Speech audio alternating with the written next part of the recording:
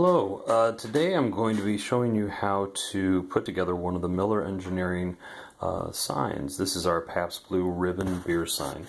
And when I first bought this comes in a little box about this size. And it also comes with the girders, the steel girders from behind it, which are kind of detailed in gray plastic. You also have a battery pack that comes with it as well. You can also buy other adapters that will allow it to run off the track. This is a 4804 adapter. Personally, I like to run them off of the just solid electricity. I actually bought a converter that allows you to put multiple signs on it and then just simply plug it in. But we're going to kind of walk you through how to put it all together. Now, the first thing that is recommended that you do with these signs is that you actually hook them up through the battery pack and then test it out first. As you test them out, one of the things you'll notice with any of their signs is that at the very bottom you've got this little tab, and on the bottom of it there's a little tiny red dot. Some of them are a little bigger than others. And then also on the part that connects with it, there's a little white dot. You want to kind of put dot to dot so that way it all lines up together and it runs. So we'll do that. So I'm just about to hook these two up together, doing it one-handed, and the light then comes to life, and you can kind of see that it goes through its process. This particular sign just has the one rotation of how it lights up. You can see the individual Pabst lettering goes individually, and then you've got the blue ribbon beer kind of order. Obviously, in a darker environment, it would show up a lot brighter. But it's always recommended that you hook this stuff up first, just simply to just test it out. You'd hate to cut off the battery pack or anything to get ready to hook it up to other leads, other adapters and such, and then find out that the thing doesn't work, doesn't light up properly, and then you have to send it all back and try to explain, well, it was damaged, but I also cut all these wires and stuff too. So it's good to just test it out first with the battery. Okay, so the next thing that we have are the actual girders that support the back of this. Some of the signs don't come with these. Depending on what you plan on doing with your sign, you might put it on the side of a building. You might want to have the girders on the back side of the sign, and then you can put the thing up along the tracks of your train if it's a really big sign like a billboard. Or sometimes you may want to put it on top of the building, and you put a little tiny hole in the top of the roof of your building. But anyway, these are the steel girders that came with the actual sign, and they kind of interlock with one another. And the one thing that, these are just made out of plastic. They're detailed kind of basically, and if you want, you could probably paint them and design them any more detailed if you want. The only probably difference in detail, and maybe kind of hard to see, on one side you have kind of these little round dots that I would guess is from when it was being made, and the other side doesn't have that. So if you want to try to put one side on one side of the piece facing up, that's up to you. However you want to do it. If it's something that's a minor thing that you're really not going to look at, then maybe it's not that much of a deal breaker. Or obviously, if you really wanted to, you could probably take a little bit of fine grit sandpaper and kind of smooth that out. For me, I'm just going to go ahead and kind of face them all one direction, probably face down, and so that way you don't really see them that much. Okay, so starting off with the bottom girder, you attach them, kind of they interlock in between each other, and you have kind of these little spacers in between that interlock with other ones on the piece, on the rest of the girders. So just kind of inserting them into the right spots, kind of lining it up. Obviously doing this without holding a camera probably would be a little easier, but I like to first kind of dry fit everything just to make sure everything fits real snugly and Alright, so this is the completed assembly of the girders on the back of the sign. These are all just dry fitted right now. I will add glue to it shortly. And before I do that, I just wanted to kind of show that when you get it fully glued and you're ready to attach it onto the back of your sign, you can kind of see that the sign girders should kind of line up with the actual sign itself. So you have kind of these lines at the bottom of your sign. And it's about this one, I believe, this one, and this one are what the actual girders line up with. Also, the tops of the signs will kind of line up with like about here and right about there as well, along with the other ones in the back. As you glue your girders to the back of your sign, you're probably going to want to try to make sure that you line those individually up. Otherwise, it maybe kind of will look a little funny on the back side. It just makes it look a little bit more, I think, professional and more realistic if it lines up.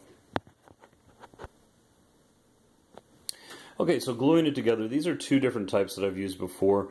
The one at the bottom, Crazy Glue is very famous, and it does exactly what it guarantees. It's going to go onto the surface, spread out pretty evenly, and pretty well dry instantly.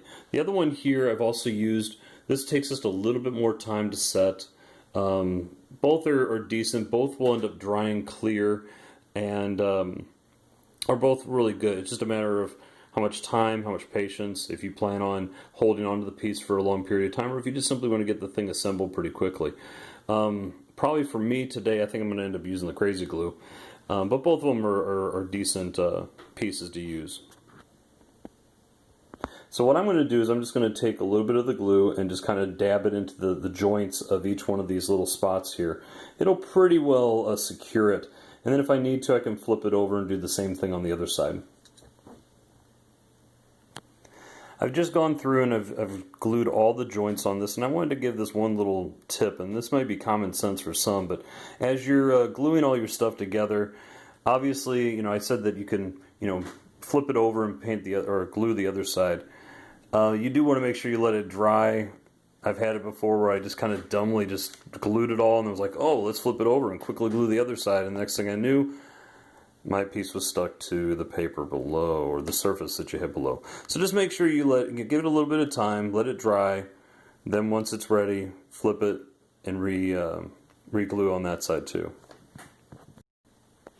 Okay, so I just finished up gluing the girders to the back of the sign, and when you get it down and done, it kind of looks like this. It's completely assembled and glued to it. Again, leaving enough room for the tab at the bottom for the connection to be made.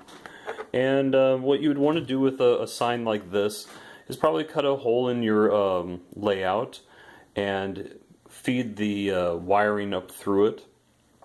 And or you can, for smaller signs, do the same thing, but have it on top of a building or on the side of a building, and run the wiring through that. Now the next step is to work with the battery pack and the part that it's connected to. What you basically want to do, it's pretty simple. You actually will just simply cut off the wires to this. Now if you want, you can leave it alone, run it off battery, and every so often you're going to have to replace the batteries. So to me, they make adapters which allow you to run it off the track and also allow you to run it just off of plain electricity. And to me, I've bought one of the adapters that allows you to hook up like 10 of these signs, and as you collect them, you'll probably want to do something like that. And it's very, very simple. You'll just simply cut off the wires going to the battery pack and then connect it to that adapter, and voila, it'll be ready. So in the next part of my video, I'll show the installation of that. Alright, so I'm downstairs now at my layout and kind of working with the battery pack. The first thing I'm going to do is I'm going to cut the wires and strip them, and then I'm going to attach them down into this distribution board that they have there. I believe the numbering is 4805. It's pretty simple. You'll basically take and again strip those wires. You'll have to find a place in your layout to put it. I've put a couple around my layout. And I'm thinking of putting the Pabst one way over in the corner there. I'll have to route the wiring underneath the table, back over to that distribution board, and it should be able to have power to it. I'll probably first take and strip these wires, then drill the hole in the table, run the cords. I use kind of old speaker cords and stuff, but it tends to work, and it was pretty cheap to buy a spool of it. And then it'll be hooked up, and we'll show you the finished results. Here's the hole I just did using a spade bit on my power drill, and I kind of put mine just a little off the corner, mainly because I also have the framework and the legs and stuff of my table underneath that I have to kind of watch out for. Didn't want to drill into. And so what I'm thinking is I'll put the sign right there, and next to it I'll have a nice building, some trees, and some other stuff. Now we're under the table, and I'm using a RCA speaker wire. This is a 16 gauge 50-foot spool that I got pretty cheap at the hardware store, and this is what I use to kind of just run the power to where I need it to go. Anyway, we're going to do a little bit of wiring and then get in the back corner way over there and try to feed everything through. Then eventually we'll route everything nice and neat, and then eventually get it back to the distribution board. And there you have it. Everything's wired up and in place. It looks pretty good on the layout. I'll turn off the lights in just a moment, show you what it looks like with the rest of them as well. Alright, so here it is on my layout. It's way back in the corner, about 12 feet away. And it's probably the biggest sign that I've got. Again, right now I've got the H&C Coffee sign, the Pensacola Beach sign, and then also the Budweiser Flying Eagle sign. Probably about the same size, or pretty close to the Flying Eagle sign. But overall, a great project. Didn't take very long. Roughly, I was working on it probably for about an hour or so, just getting everything done with it, glued, and then finally attached and wired up onto the set. It looks great, and I hope you enjoyed the video.